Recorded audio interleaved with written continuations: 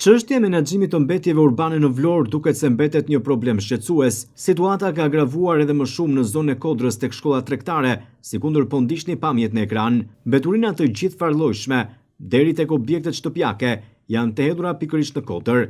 Vetëm pak ditë më parë, televizioni 6+1 Vlora realizoi një vëzhgim, ndërsa duket se situata ka agravuar edhe më shumë, ku ky territor është mbushur me mbeturina. Duket se nuk ka patur një reagim nga institucionet, nga ndërmarrja e pastrimit për të bërë të mundur pastrimin e këtij territori, pasi është një imazh i keq që i bëhet qytetit në hyrje të tij nga zona e Bregdetit. E ndërsa qytetarët i hedhin mbeturinat në këtë Kodër, ndoshta edhe për mungesë të kontenierëve në zonën e tyre, një situatë që duhet zgjidhur dhe një situatë gjithashtu që mbetet shqetësuese dhe që kërkon një menaxhim sa më të mirë nga institucionet. Kjo është pamja e parë për të gjithë ata qytetarë, vendas apo të huaj, të cilët hyn në Vlorë nga zona e Bregdetit.